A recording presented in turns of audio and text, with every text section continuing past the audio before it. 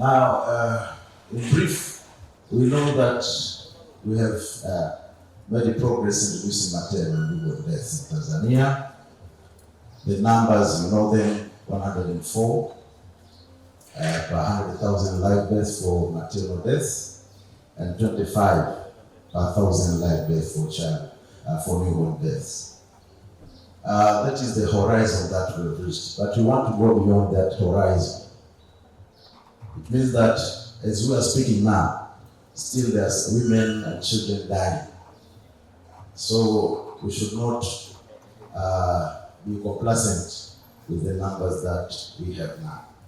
The causes of maternal and newborn deaths are known, as we have already mentioned in the previous sessions. We know that women die because of hemorrhage, women die because of eclampsia, women die because of sepsis. We know all those things. But we know also that we can prevent such deaths. There are scientifically proven methods of preventing, for example, postpartum hemorrhage. We have interventions like active management of the third stage of labor. We have magnesium sulfate for managing the eclampsia, but still women are dying because of hemorrhage and eclampsia and such things, despite having all the means of preventing these deaths. So what is missing? There must be something that is missing. That is why we still see a lot of those deaths. So today's agenda is about looking at going into depth, looking at what is happening. Why should we have those deaths despite all the facilities, all the resources that we have at our hands, and we still cannot prevent those deaths? So we should go behind. We should go beyond where we have reached the 104 per 100,000 live births and 25 per 1,000 live births. The time of the SDGs is drawing very near. We have a very short time to SDGs. 2030 is just around the corner. So we need to have concerted efforts in order to reduce maternal and newborn mortality. And the way to go is to find the root cause, analyze the root causes, and find the ways to cut the roots. So we have to look at the root cause analysis and cut it so that we can get to the targets come 2030. So our session, we are going to have a 1.5 hour session today, and we have divided it into two parts. The first part will be panel discussion that I will moderate. The second part will be about forging the way forward. And my co-moderator will moderate that one. And so, without much ado, let me introduce the keynote speaker. We are going to have a keynote address by our director from the Ministry of Health, Department of Reproductive Maternal and Child Health, Dr. Makwani. He's going to be our keynote address speaker. Dr. Makwani been attending various sessions, so since day one of these meetings. But for those who don't know Dr. Makwani, as I've said, he's the director of the Department of Reproductive Maternal and Child Health, the Ministry of Health. He's a senior obstetrician gynecologist consultant with an extensive experience spanning over 25 years. He's an expert in reproductive maternal, newborn, child, adolescent health policies and service delivery and surveillances. He has also led initiatives to reduce maternal mortality, as I've said in the beginning of my talk. And he has developed several guidelines and teaching and training manuals in RAPA. He holds a degree from the University of Dar es Salaam. the first degree. We did it when it was called MOOCs. It's not MOHAS. It was this long time ago. Mumbai University College of Health Sciences. So he graduated his first degree there, but he also hold the second degree of obstetrics and gynecology from the same college. There's a lot of experience in Ramka services and trainings. So I take this opportunity to welcome Dr. Makwani to deliver the keynote address. To begin with, Dr. Makwani. Karibu sana.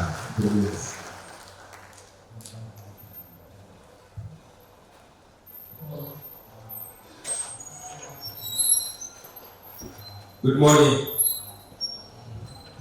Habari za asubuhi. Our task today is to go through a report that underlines what we have done in terms of looking at the causes of maternal death and newborn death. And this is a process of root cause analysis. So when we say root cause analysis, what does it mean? Root cause analysis is a process of looking various operators of a problem, finding the driving forces, but also trying to come out with a way for it. Or, in short, we say, a response to those shortcomings. This was one of the interventions that we used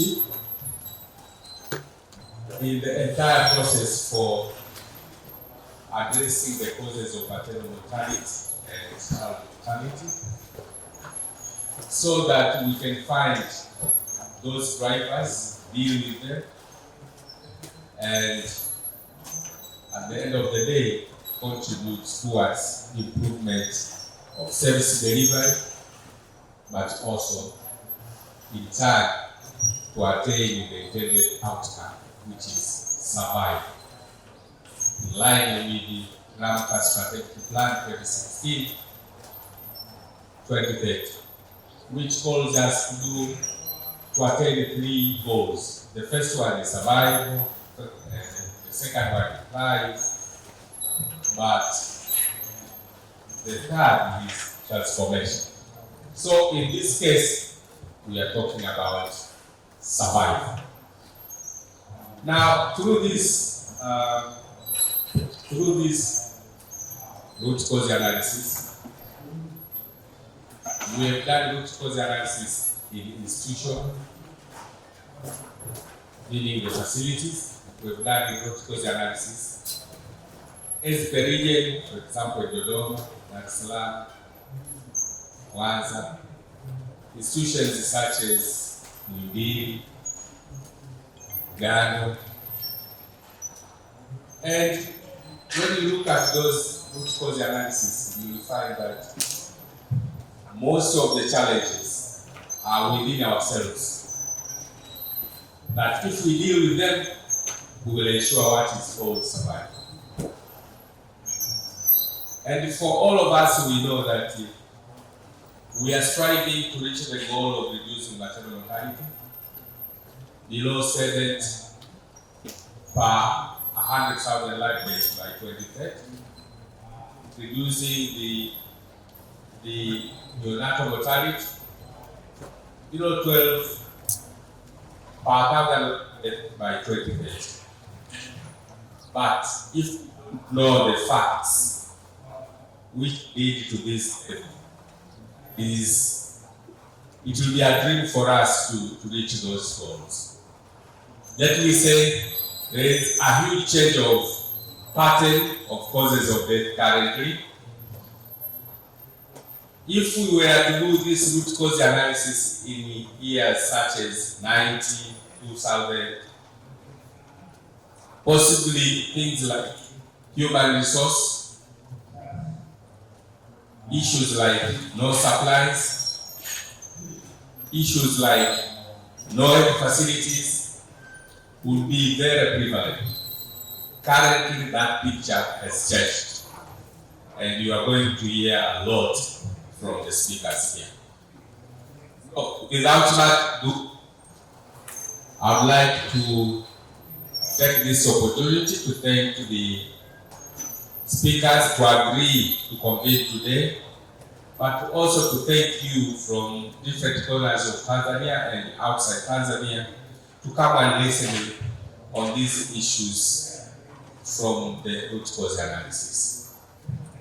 Possibly this explains one of the calls, global calls, saying that Tanzania, you need to share your experience. You need to share ways you used to reduce maternal mortality. And to be sincere, we had no mercy at all in terms of addressing causes of maternal mortality. We galvanized to the routine review of maternal death and neonatal death, but also we innovated. We put in place the Zoom reviews, which most people don't like it.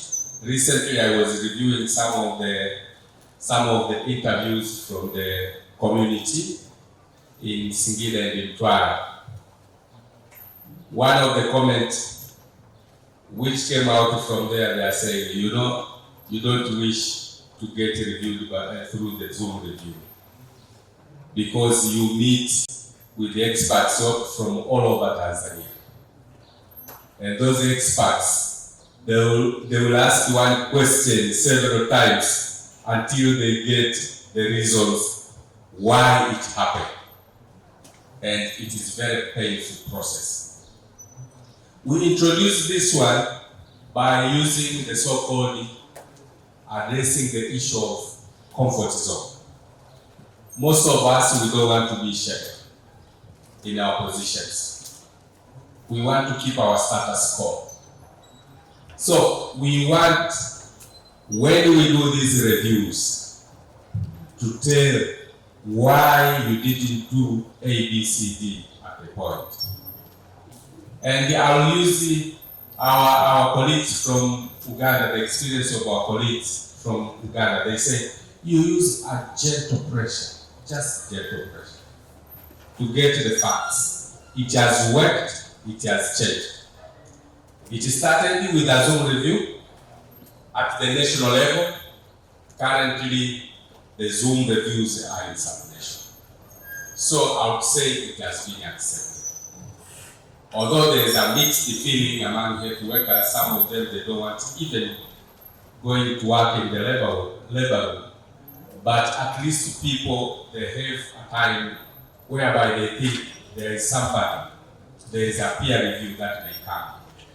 So, ladies and gentlemen, without much ado, I would like to go back to the moderator so that he can call the various contributors, and then you can hear and what has happened, what information they got from the root cause analysis. I submit to you. Welcome to the session.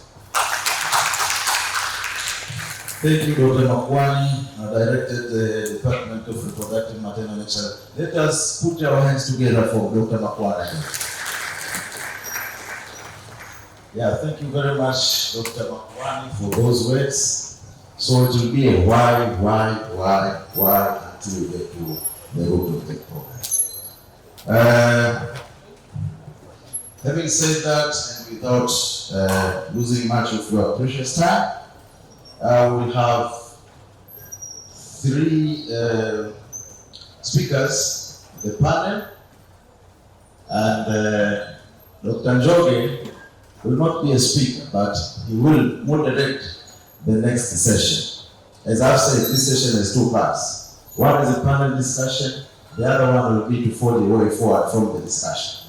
So I'll introduce Dr. Njoge when his time has come. But let me take this opportunity to introduce the The first panelist who will be coming forward to take his seat, and it is none other than Dr. Sande Dominico. Dr. Sande Dominico is a consultant obstetrician gynecologist with an experience of almost 14 years.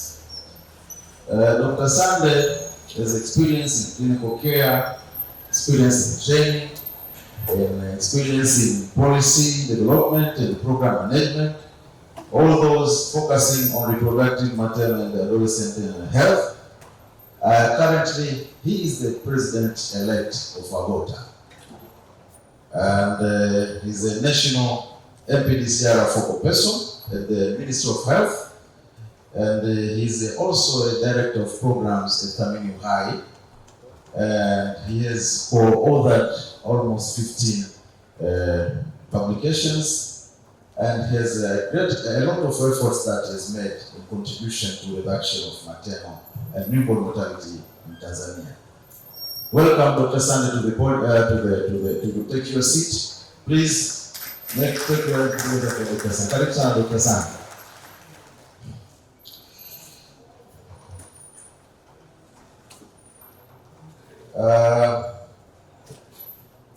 Another panelist is Dr. Lipingu. Dr. Lipingu is also an obstetrician gynecologist with over 20 years experience in providing technical assistance. Currently, he's serving as a senior technical advisor at Japaigo in Tanzania. He has contributed a lot in the development of the guidelines and training packages in emergency obstetric and newborn care. The package also includes NPDCR guidelines and CMOC and BEMOC guidelines and training packages too. He has led root cause analyses for maternal and perinatal outcomes across various regions in Tanzania, mainland, and in Zanzibar. So, Dr. Lipingu, please take your seat. Please put your hands together for Dr. Lipingu. The third one is Dr. Godlisten Martin. Dr. Godlisten Martin is a medical doctor and a public health specialist with over 10 years of experience in his field, especially in maternal and newborn care. He has experience working with local and international organizations which are addressing the burden of maternal and newborn mortality and morbidity. Currently, he's working with Japaigo in a USAID funded project that is USAID Afya, Yangu, Mtoto. And he's an advisor who has been supporting the regions, 10 regions in the mainland and Zanzibar in primary and secondary and tertiary health facilities. He has pioneered in the use of data for decision making around the area of maternal and newborn health and maternal and newborn death. Please, Dr. Godlisten.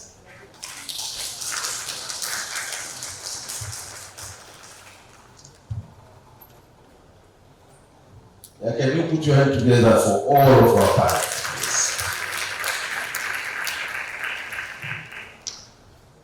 Yeah, so we are going to ask ourselves why do these maternal and newborn deaths occur, despite of all the interventions, despite of all the resources that we have, but we still have the newborn maternal and newborn death. As we are speaking now, women are still dying. They haven't stopped dying. Women are dying, newborns are dying. So we know that there's something that we should do to prevent these deaths, or stop them all together.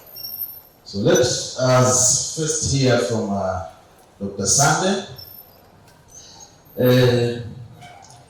Dr. Sande, maternal perinatal death surveillance, that is NPDCR. This one has been invested and prioritized in Tanzania as one of the high-impact interventions to foster accountability and improvement in quality of care along the continuum of care. NPDCR data is also essential in understanding the root cause of maternal and newborn deaths. Now, can you please describe the PDCR process at the national level and what are the major milestones that have been achieved up to date? So please, Dr. Sande, you have this opportunity to discuss the audiences to the national level issues of PDCR, the achievements, including the data. Karibu sana. Thank you, moderator. You can see. Ladies and gentlemen, the audience, for those who are there before the Kagera or Shikamoni, the rest Mambo Vipi. So it's an honor and a privilege to be here in this forum discussing a very important subject, but a subject very close to my heart as a national PDCR focal. We understand our nation is at war and trying to do the very best to reach the Sustainable Development Goals. And the keynote speaker highlighted the SDG number 3, and that requires us in the next 6 years, to be able to cut down the maternal mortality to less than 70, under 5 less than 25, and the neonatal mortality to less than 12. And we take note that the country has really taken this challenge at various levels. Our national constitution, we have the national development agenda and the Tanzania development vision, but also the sector strategic plan and 1 Plan 3. All of those highly prioritizing the reduction of maternal and perinatal mortality. And we are aware that currently we're in the jubilant mode because things are like they are coming. Our maternal mortality over the previous 1 decade has declined over 80%, under 5 mortality over 34%.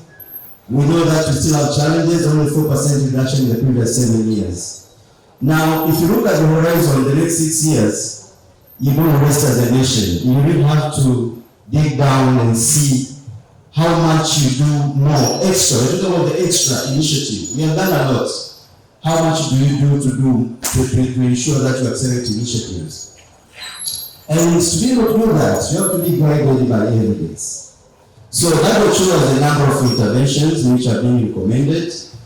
And one of them is NPDCR. And it's not by chance or choice. The corporate database review that came out 4 years ago has shown that if you implement NPDCR very effectively and link it to the quality improvement initiatives, it's likely to cut down maternal mortality by 35%. Talk about 35%.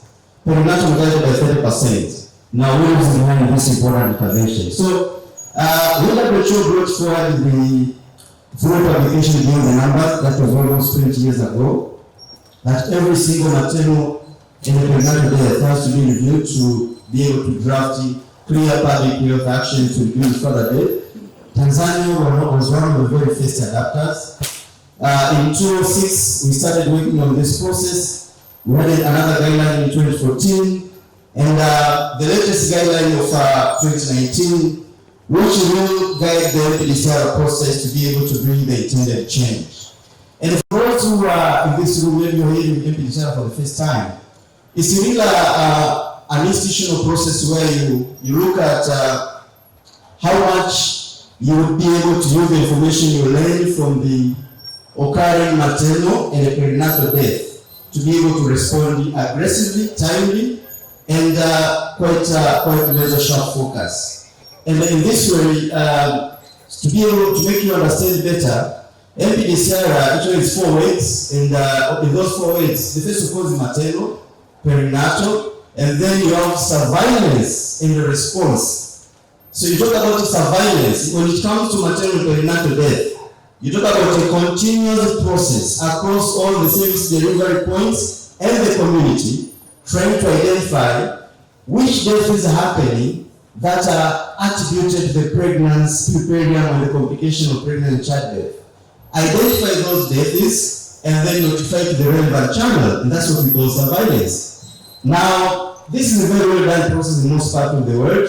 Now, the second part, which is key and crucial, which of course we reinforced in our previous guideline, is how much now you convert this information into the right recommendation through very extensive reviews, and then develop action plans to be able to respond to the issues. And this part of the response, together with the review part, that's what we call the R part, or the response part of the NPDCR. And these processes, they are all continuous. You have to go do them continuously every time you take care of the issues. So in our country, this has been happening for years. Now, what makes the difference between now and the previous times? We have really intensified our approaches. The keynote speakers made my work very easy. Just to put deep insight on some of the issues. We understand there's been an NPDCR process where I'll call it, for you to be able to understand, call it a sort of a prototype or traditional NPDCR, where we have committees at all levels, and these are guided by the guidelines. And in those committees, which are prescribed with 6 of the specific committees, reviews are done, and then recommendations taken on paper, actions done, and the like happen. So 3 years ago, we learned that this process has really taken us at a point, but we need to do more. And it's when we learned that, yes, there are some issues on the quality of reviews, especially identifying the correct causes as per ICD classification of the maternal and perinatal death, but also we had some issues on the identifying the actual dysfunction. But the major problems were in the way the teams were accountable to respond to the issues. Give you an example. You have a pregnant mother who went to the clinic maybe 2 or 3 visits, and then she came to a facility, and then as a result of that, she gets a postpartum hemorrhage and dies of shock because of postpartum hemorrhage. In the previous reviews, someone would come forward and say, this lady died because she made only 2 visits. So you ask yourself, if she had made 7, 10, 20 visits, will that prevent shock and make her survive and see the tomorrow and take care of the baby and the family? So after learning this, now we brought in other innovative methods. My boss talked about the virtual reviews. I'll talk into that a detail further, which has really opened our eyes on what we see on the pattern and the trends of maternal mortality. But also, we went into the root cause analysis. And this actually started over 5 years ago. We are sharing today, but we have been doing for over 5 years. But we intensified our effort this year because we really wanted to see what else can we do to reduce the remaining burden of maternal perinatal mortality. And in the root cause analysis, you have teams of experts that go to specifically targeted regions or facility which you have observed unexpected burden in trend of maternal mortality. Deep, arrive with the issues how to respond. But also, this year, we are working with a team. I'm very happy to lead a team that is developing a national confidential inquiry report that we'll be able to bring to you. And we want that report to be able to hit higher at the higher level. You know, maternal mortality is a complex, multifactorial phenomenon. You do things in the level, you do at a manual level, but things have to happen at the highest possible office in terms of that level. So we're working on a confidential inquiry report as another approach to be able to bring everyone, open the eyes, and to get the right necessary action to accelerate our efforts. Now, when it comes to the virtual reviews, when I talk about this, I'm always very happy and jubilant because when we started this, it was something that we could easily continue doing. But everyone was having different thoughts, minds, whether this one is going to make us see things in a different angle. So the virtual reviews will start in 2021. It's almost 3 years now. And over the course of the implementation, we are learning and improving the processes. And as of by April 2022, the reviews, February, the reviews are almost done by the director, assistant director, me, and some few other experts, including Dr. Ping. But we formed a steering committee. And in this, let me thank the professional associations, Agota, and you clap hands for them, please. Agota, Tama, SATA. These were critical to ensure that we really work together in this very difficult journey.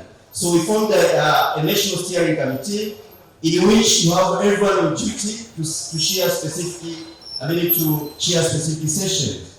In the course of process of reviews, we also developed a national coordination committee, but also incorporated the P aspect, the perinatal reviews that we did last year in April. And as a result of this process, we have been able to sit over 500 meetings in the course of 2.5 years.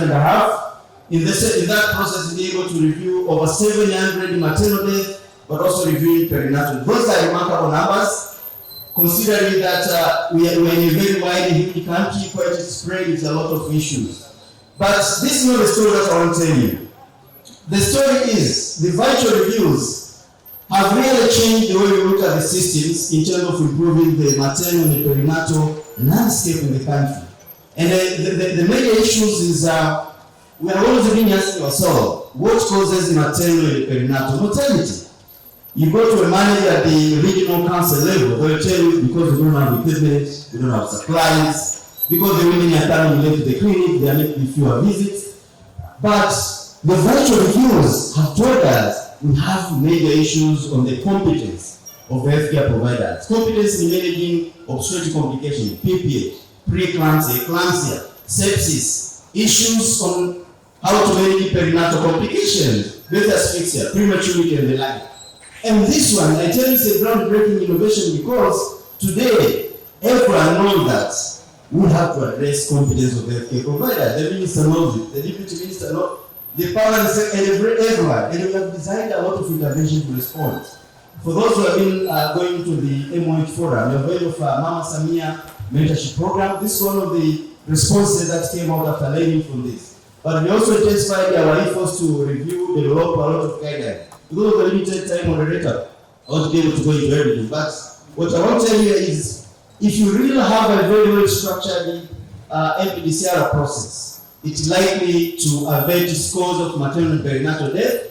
And because we were talking about the root cause analysis, let's deep dive into that, and you get to learn more what we have been learning from the process in the past 1 year. Asante sana moderator. Thank you very much, Dr. Sande, for that opening. So that the higher level, the Ministry of Health level, the response part has been strengthened.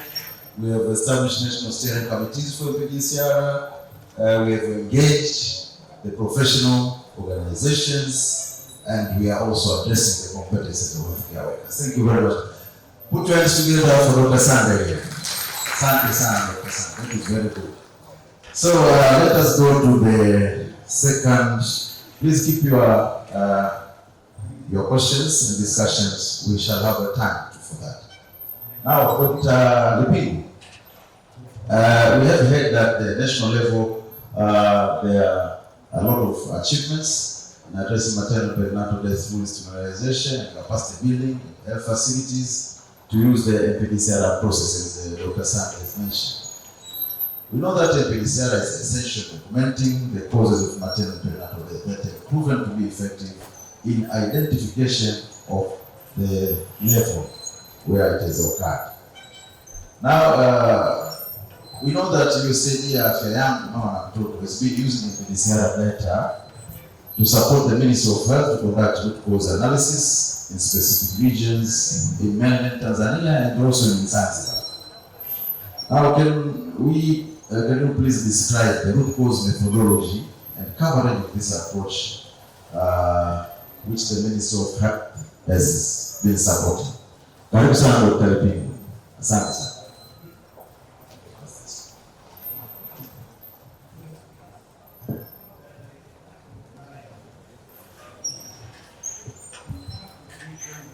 Good morning, everyone. Thank you for the lecture for this discussion. And I'm very happy to be in this forum because I've been working in maternal health for many years, and I participated in the development of many materials, including research. Japan has got many projects, and we started supporting the use of tests for all the medicinal guidelines that are existing. And in 2019, we did, in 2017, we did analysis of the existing guidelines of research. And we found probably we had to review, and that's why we had another guideline of 2019. So with all the process that has been explained by Dr. Sandra, we found that there's a need of going deeper to the root cause. And the root cause, that means we go down to the regional, council, and the Pacific level. So the team of experts was formed by the ministry, and we went to Dar es Salaam, especially Wibili, Mwanza, and Tabora. And these regions were selected because they contribute to a lot of maternal mortality. For example, Wibili, Dar es Salaam in 2023, it was almost more than 200 maternal mortality. And in Mwanza, it was more than 144 maternal mortality. And even Tabora. Now in Dar es Salaam, despite the fact that there are almost 200 maternal mortality, but in Mobile, almost contribute to more than 50% of the mortality. That's why we have to go to these regions, and especially when we see what is existing. And different from other approaches, this approach goes down to reviewing the real findings. So the team of experts of maternal health, like obstetrician, gynecologist, anesthesiologist, experienced midwives, they go to the region and do all the findings and critically analyze what is existing. So there were some objectives. Of course, the team had its OR and we had some objectives. The first one was to determine demographic information rather than impact the mortality. The second one to identify the disability and care which contribute to the maternal mortality, and also to examine the quality of care during pregnancy, labor delivery, and the immediate postpartum, whether it can contribute to maternal mortality. And also to check the contributing factors and the do recommendations. So the team of experts, they put all the files in the regions, and we had a framework of examining the case through all the steps, from admissions, if the patient was admitted in a certain area, what time was she admitted, what care was she receiving, and if there was a referral, whether she was receiving free from an agent, and whether it's quality or not, and what was the time of referral. If she was received at the higher level, what time was she receiving at the day, and who received the patient, and what care was she receiving. And then we examine the quality of care and check the factors. And therefore, we enter this in the second tool. Previously, when we did it for the first time, in 2019 we use the normal Excel sheet. But that's very cumbersome in terms of analyze the data. So currently we have a tool which is called Common Toolbox, which is electronic and online. And therefore, if somebody enters the data, everybody can see what is in the data and can be analyzed very quickly by Starter 17. So this is what we should have done, and probably from the result that you can explore. Thank you so much.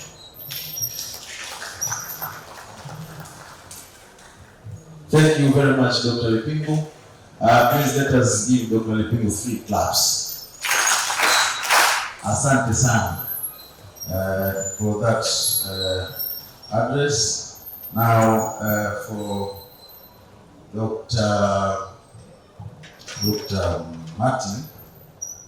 Dr. Martin, Godlisten Martin, given the audience now understand the methodology, the scope of root cause analysis, as was described by Dr. Lipingu. Now, can you please describe the major findings and how the project has used these findings to target and support the interventions as has been mentioned by Dr. Sandra? Karibu sana, Dr. Martin. Okay, thank you. Good morning, everyone. For results, the results were divided in 2 parts, and the first one was qualitative, and the second was quantitative. The qualitative data or the information was based on NPDCR process. We interviewed the NPDCR committee team members at the regional level, district level, and at the facility level to know how they are processing the NPDCR at their levels. So the findings from discussion, we found that at the regional level, the NPDCR process have been conducted regularly, and the process of doing the NPDCR at the regional level is following the standards because they are reviewing the previous action plan, they are reviewing the implementation, but also they are reviewing the cases and develop the action plan. But at the district level, we found that the review at the district level, all the meetings were not done according to standard because some of the districts were not conducting the NPDCR meetings, and the quality of those meetings were rather RMD6 performance indicator meetings compared to the NPDCR process because they were not reviewing the maternal and perinatal deaths, they are reviewing the performance of the indicators. And the reason for not doing the NPDCR at the district level was the reason were economic issues. They said they are not having the budget to conduct the meetings at the district level. At the facility level, the meetings were being conducted, but mainly after maternal and perinatal death. And when the perinatal death are occurring at the facility, they are not doing it regularly. They accumulate them at least maybe 2 or 3, and then they are doing the PCR meeting. So the meetings were not done according to standard, which is weekly.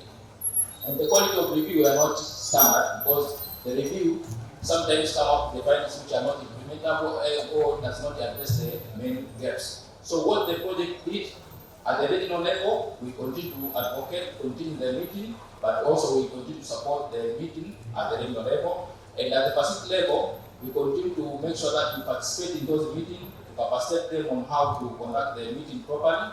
And at the facility level, we continue to participate in the review and also supporting the expert review at the facility.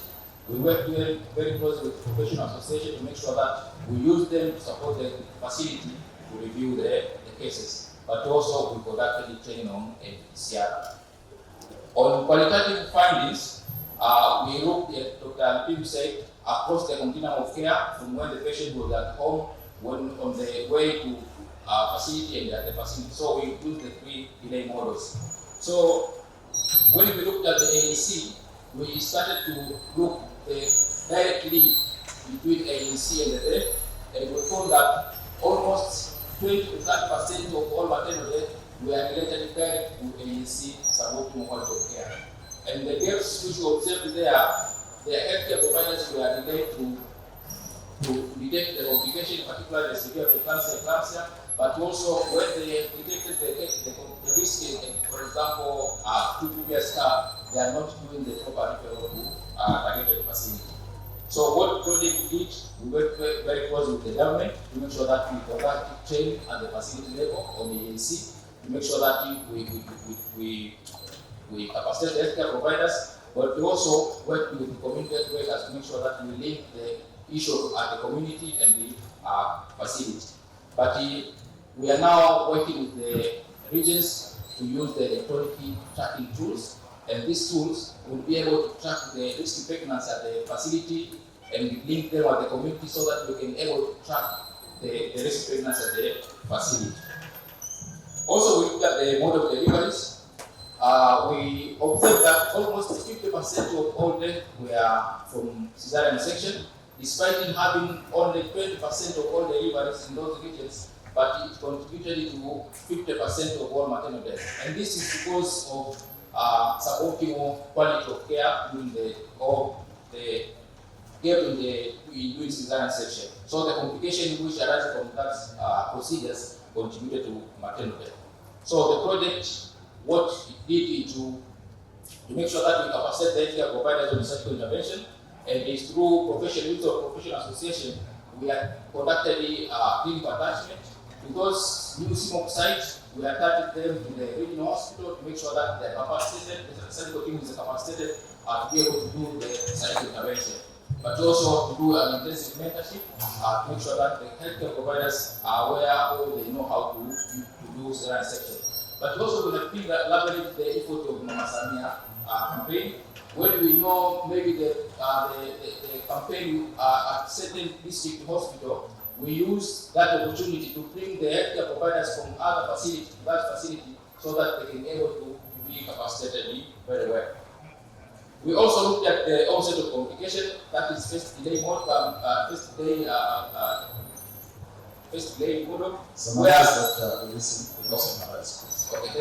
where we observed that some clients started the complication at the community, and that the problem is not to start the complication. The problem is the condition the pregnant women having at the facility, somewhere at the critical conditions. On issue of timing of admission, we observed that the majority of admission occurred after day shift, which means from 15:30, where the healthcare providers at that facility are minimal compared to the morning shift. So what we support, we advise is equal distribution of healthcare providers at the facility. But also we observed from Friday to weekends, majority of the admission occurred in those days. So for us to be able to reduce maternal death, we have to make sure that the equal distribution of healthcare providers. Issue of referrals, also we observed some gaps where there is no communication between the lower level facility and high level facilities, but also the mode of transportation doesn't allow the proper management of care to be continued during the transportation.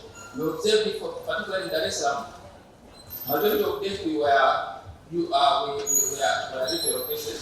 60% of conscious patients which were referred to Muhimbili, only 45% reached conscious. Some reached were unconscious or unconscious.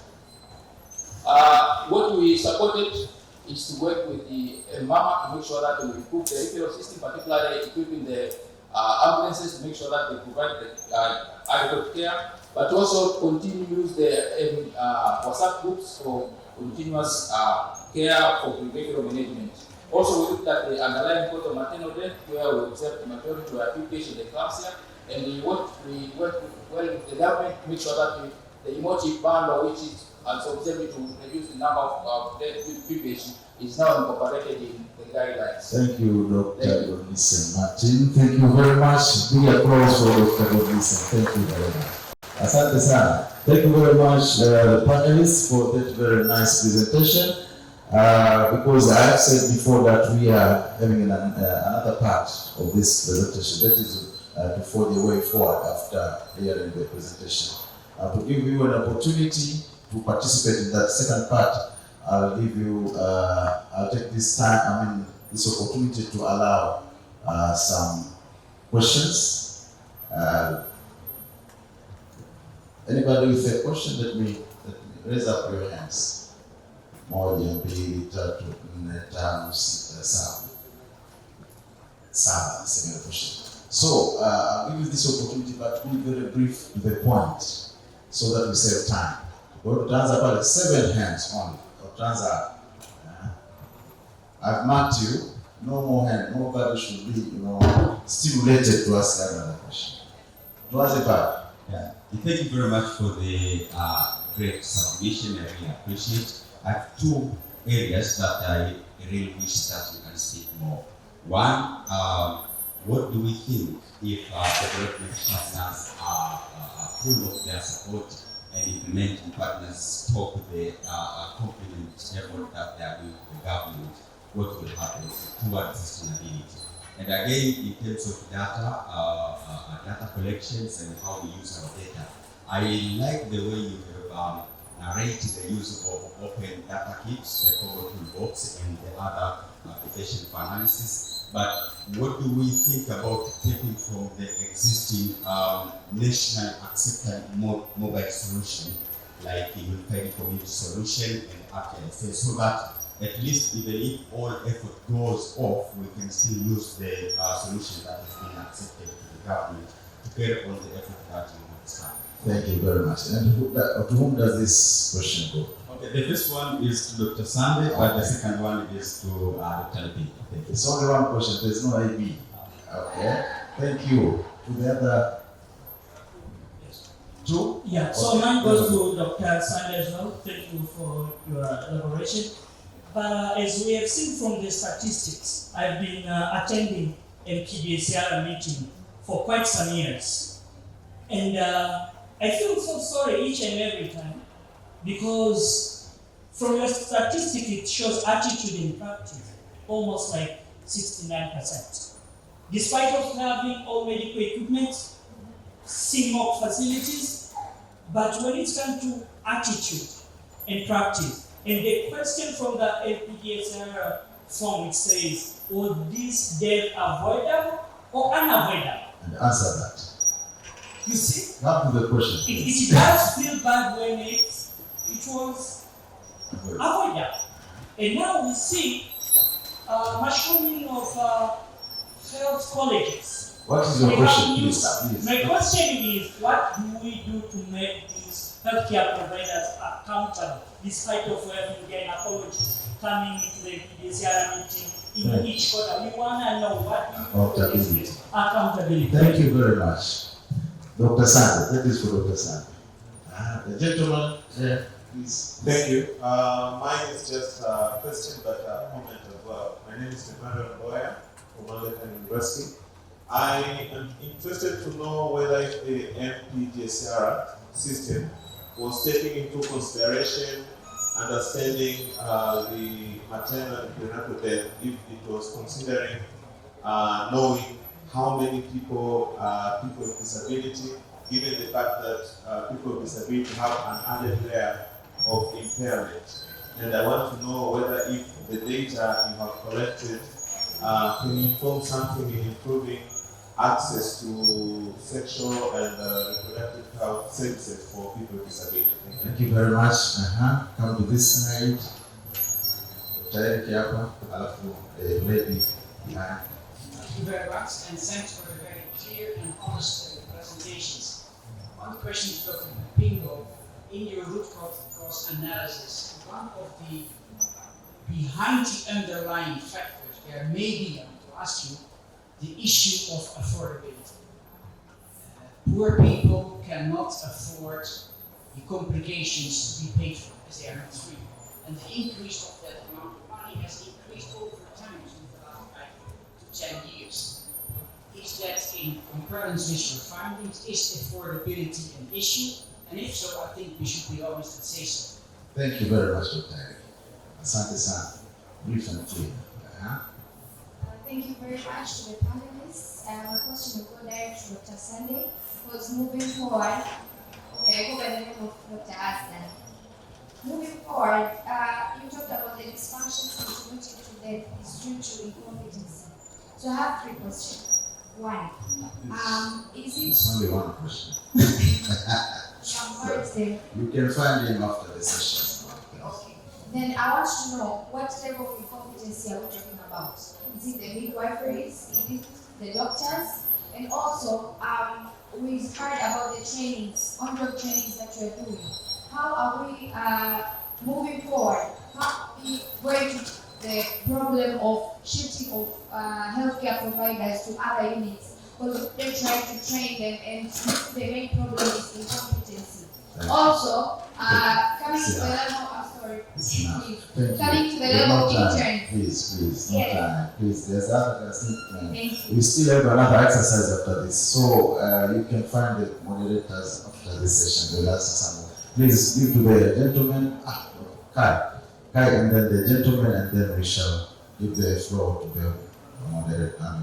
Thank you. The panelists. Cashel Paul for GIZ German Development Corporation. It's fantastic what you have portrayed, and I'm really fascinated by the results. So many questions, if I have to leave myself for 1 minute, it's this.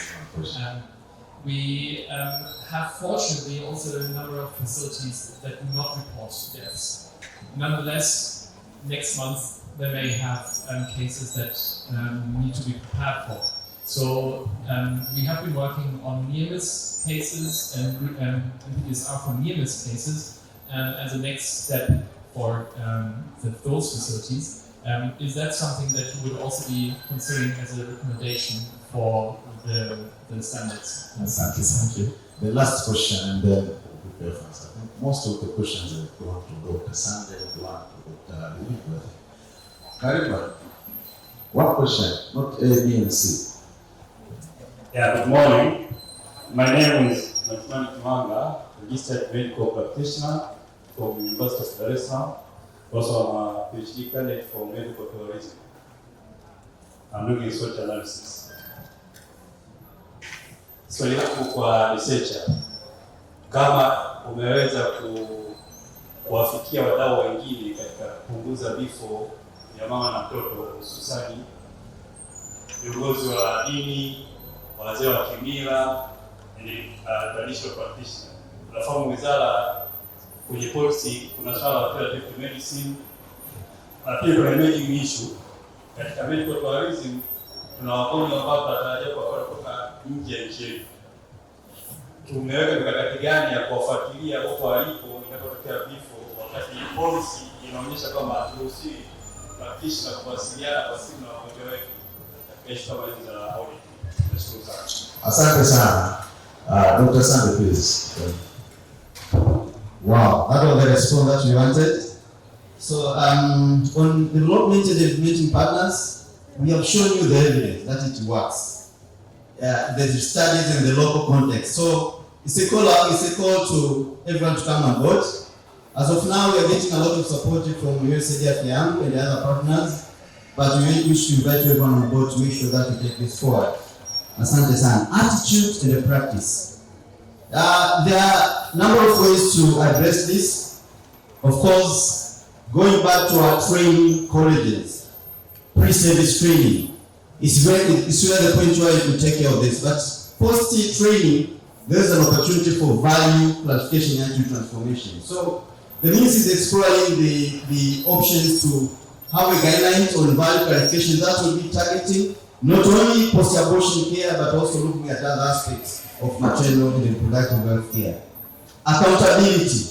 Accountability is a critical important subject in the APDCR. It's all about how much the issues everyone takes account in terms of responding. People with disabilities, that's a very important point. Of course, we are now starting the process to review our national APDCR guideline. And we are taking that comment on board. We make sure that you have addressed it adequately, that element, so that we don't overlook in the past. Finally, from Dr. Azda, the question of competence. It's all across the board. All the cadres, midwives, doctors, you find issues. And this has taken us time to think through. In the pre-service, if the lecturers were here, disclaimer, also a lecturer. Kama tuko hapa, kuna kazi kubwa ya kufanya kule vioni, so that we produce outputs. Kwa wale supervisor wa intern, kazi ipo kubwa, so that we produce good outputs. Finally, mwenyekiti, from Kai, nearness. The current guidelines require to review nearness because they inform us more, so that you can do that. Even at a national level, we get opportunities to review the nearness. Thank you very much. Asante, Dr. Dukungu, and then Martin, be very brief so that we can go to the second part of this. Thank you, moderator, and thank you for the very nice questions. And may I start with the use of tools. This is the question that we are receiving every time. And even the region, they want to use the same tool, so that data can go immediately to the region level or to the national level. But the challenge is that tool is not only for that entry. There must be someone that critically analyze the case. Because some of the files that we received, you can see the cause of death is something else. For example, let me tell you one example. There are some cases that the person went to theater and was an aesthetic accident. But she went because of privilege, because of bleeding. The cause of death was bleeding. The second case went because of ruptured uterus. There was an aesthetic accident. In the file, they've written ruptured uterus. So that means you need somebody to critically analyze the case, not only that. The second question for the poor people, after that's the delay model. If somebody is poor, can delay to reach the facility, so from the delay model, you can accept that. Thank you so much. Dr. Listen. Thank you. Thank you for the nice comment regarding the reaching the influential leaders, particularly the TBA. It is true, we are reaching them to do different intervention. We have the community scorecard where we reach different TBA and the other community leaders to discuss the issue of maternal death. But also we have in the MPCR guideline, we have the issue either to discuss the maternal death which occurred in the community. Thank you. Thank you very much, our panelists, for very lively discussion. Please put your hands together for our panelists. And thank you very much. You can go back to your seat. Now let me take this opportunity to welcome Dr. Lusekelo Njonge for the second part of this session. Dr. Lusekelo is experienced in programming and management of primary health care, clinical care and research and training. He successfully led to monitoring and evaluation in multi-year program around RAMCA that includes designing and implementing a national and international level. Dr. Njonge holds a Master of Science degree in health monitoring and evaluation with major focus on RAMCA program. So please, Dr. Lusekelo, come forward to continue with the moderation of the next part of this session. Asanteni sana kwa kutusikiliza. Claps. Thank you very much, Tanzania, for having me. I would like to request the team to stand up because I want this session to be very much engaging. I would like everyone to stand, and I also would like to have Dr. Listen here, Dr. Joseph here, Dr. King, and Dr. Dominic. So, the way we are sitting, I think already we have like 4 groups. So I would like to bring that shows the first group. This is the second group. This is the fourth. The third group. The other one at the back is the fourth group. So what the exercise that we are going to do here, we are going to develop a call to action. As you have heard, a lot of issues discussed pertaining to very preventable issue of maternal death. So what we are going to do here is to go based on the topic that I've highlighted. So we have had the issue of human resource capacity and shortage. I think the issue of accountability came up very strong. The issue of referral system also came up very strong. The issue of quality of care also came up very, very strong. So I would like maybe the first group to develop like 1 minute, a call for action in that particular area.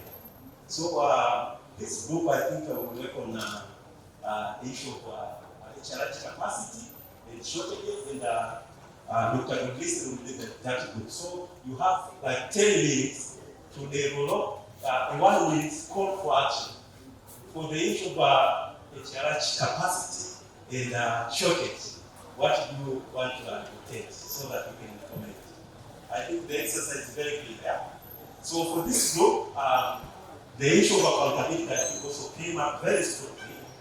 Came up very strongly. So Dr. Lipiri will help this group to come with one of 10 years, just work with this team to ensure we have a call for action. What do you want to implement to have this end up preventable maternal death?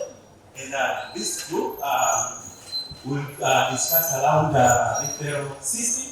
I think the issue of referral system also came very strong. So Dr. Sande will come with this 1 minute call for action. And I think from this group we also need to select someone who will also come to present that call for action. And the last one is maybe at the back. At the back, Dr. Masera, maybe this part. Maybe this part here, maybe working with this team to discuss the issue of quality of care in terms of one call to action so that we can address that. Karibuni, I think the exercise is very clear. Is the exercise clear? Okay, so you have 10 minutes to do that work, and we'll convene after 10 minutes. And you need also to select one person. I think you need to move together. You need to try to move together.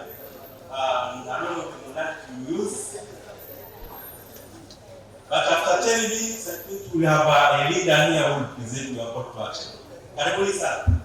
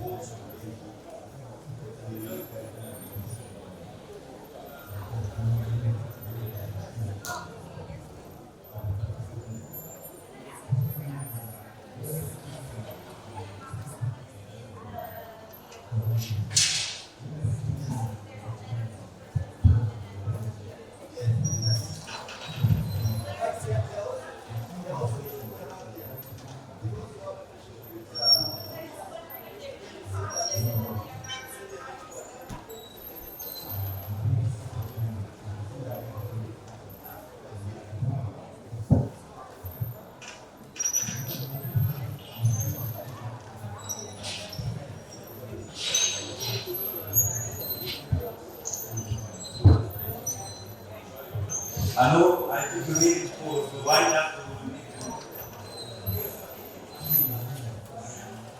We need to start winding up your discussion.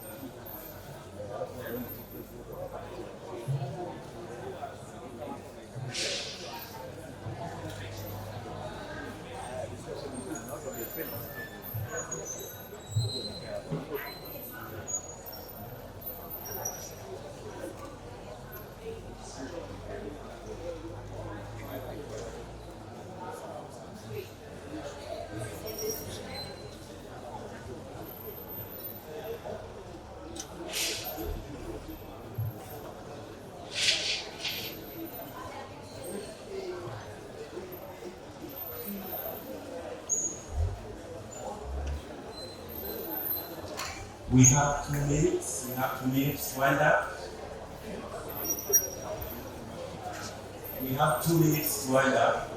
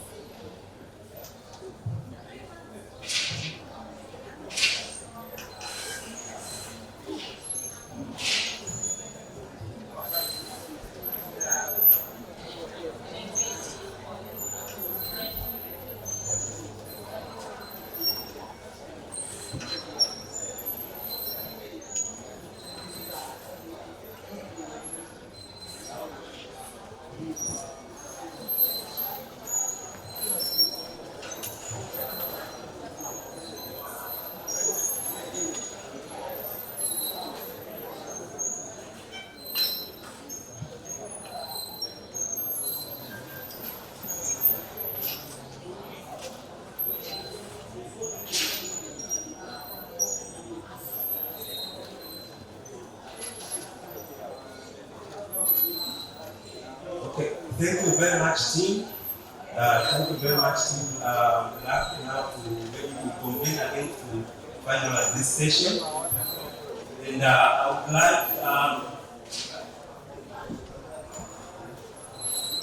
would like to call the one who we have selected to be to deliver your call to action to come forward.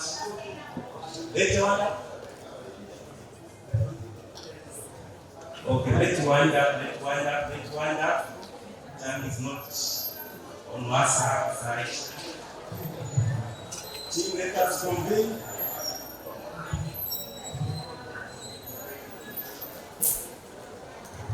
Thank you very much. Thank you very much.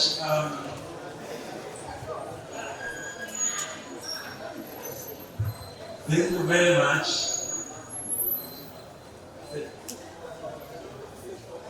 Okay. Thank you very much. I will call those who have been selected to deliver. Yes. Yes.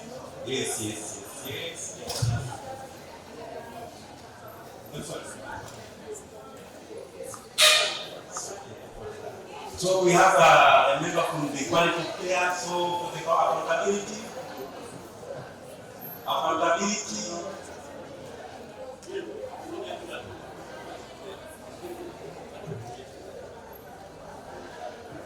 HLH capacity. Team, let's wind up.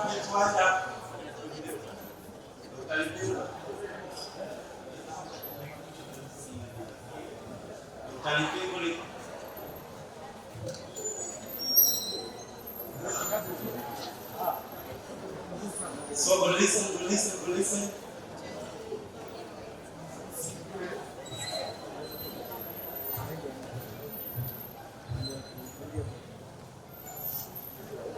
Okay, thank you very much, colleague. This session has been very engaging, and I would like to congratulate everyone for really contributing to this endeavor. Now, because of the interest of time, we have 4 colleagues here. They will introduce themselves, and they will say which group they were thematic area you have been discussing, and you deliver your call to action based on what you have discussed. So, without further ado, because of the interest of time, I will call upon my colleague here, Dr. Mwanza, you just say your thematic area and the call to action that you have been discussing. Asante sana. So my name is Dr. Katata Machamba, as my colleague had mentioned. I'm working with MDH. So we are working on the first questions, which was about HR and shortage.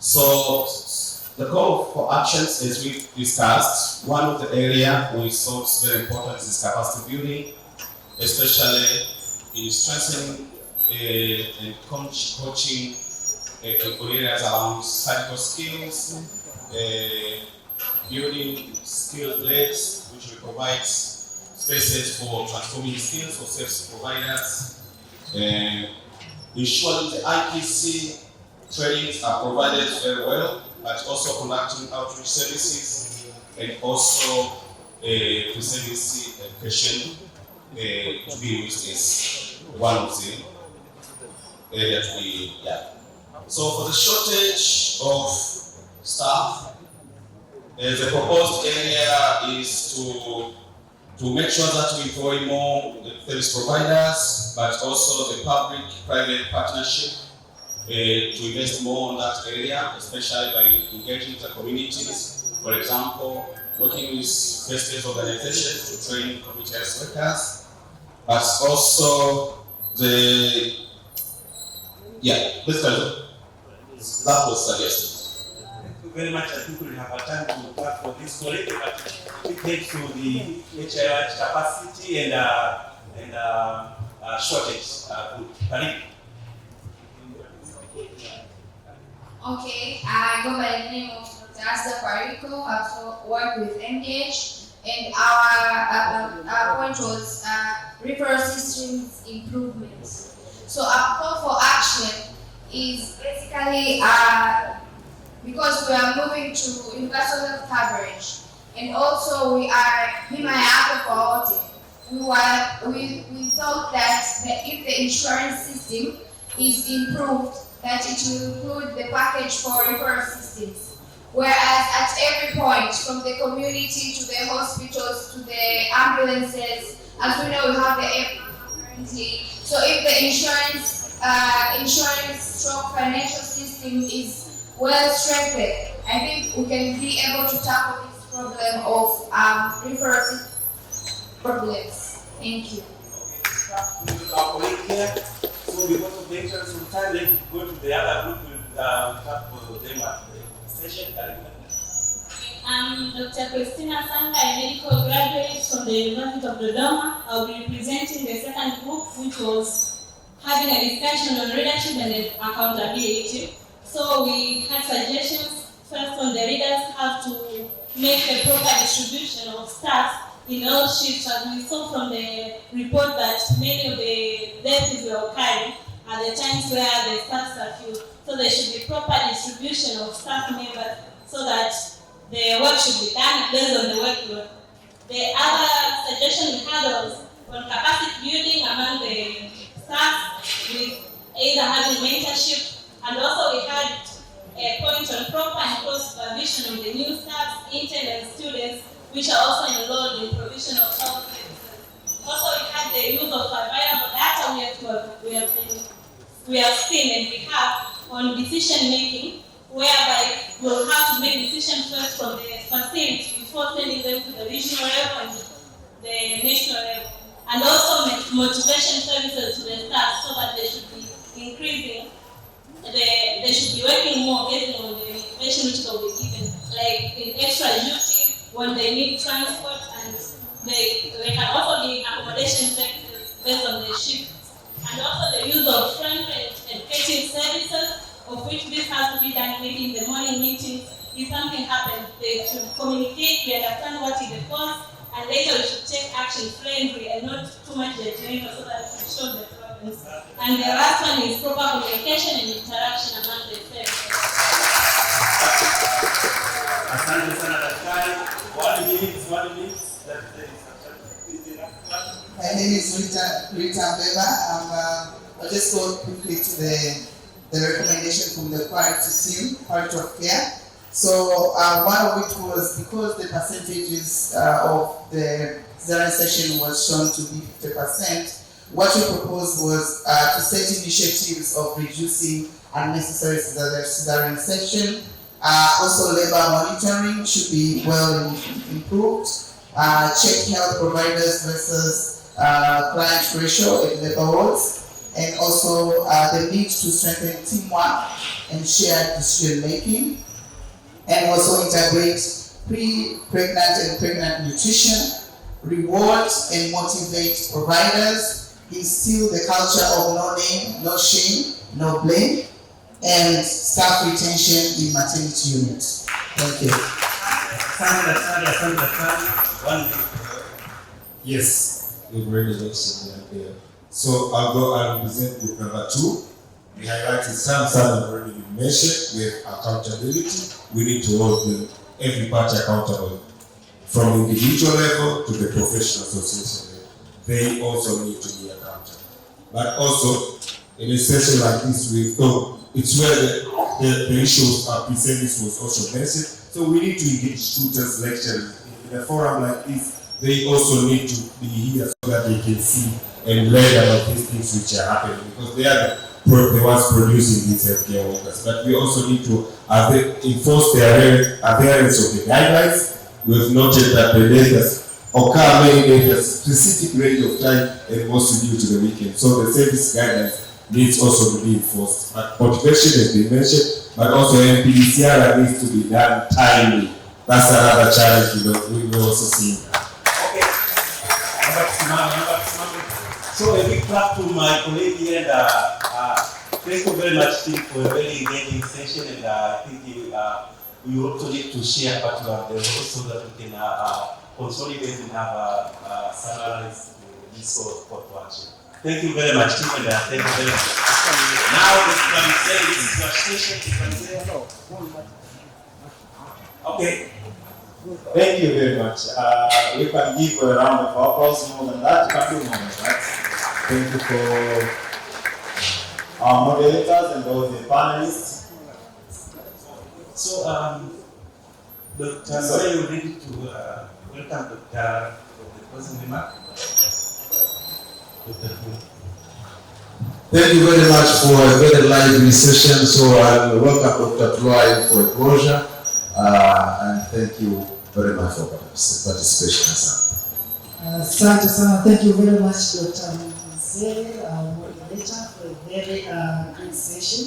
So good morning, everyone. My task is really small, is to say this session is officially closed. But before that, let us acknowledge the Ministry of Health for the division of reproductive, maternal and child health for leading the effort to address maternal and perinatal deaths. They are really doing a great job. We all know the reduction our panelists talked about, the 50-something% of reduction as far as maternal and perinatal deaths are concerned. So I'll join our hands to clap for this. That's one. Number two, to our organizers, USAID, Afya, Yangu, and Mtoto, for organizing such a very, very good and informative session, and for all of us to participate in this session. Join hands again to everyone. To our panelists, moderators, keynote speakers, colleagues that have just mentioned or talked about next steps and actions moving forward. Really congratulate you. You've made my work really easy because everything is already set. We know the root causes, we know what are the actions moving forward. So one thing I can say, one word that nearly everyone is talking about is really accountability. Accountability is really key if at all we wish to meet SDG goals coming 2030. So let us do our part, let's be very responsible to make sure that we achieve as a country. Also, one of the panelists talked about maternal causes complex and multifactorial. I think it was really Sunday. So that call for multi-sectoral engagement to make sure that we all address the root causes of maternal mortality. So this is the call for everyone in the room, everyone you know outside the room, to join hands with the government of Tanzania to make sure that we address this well-known already maternal causes.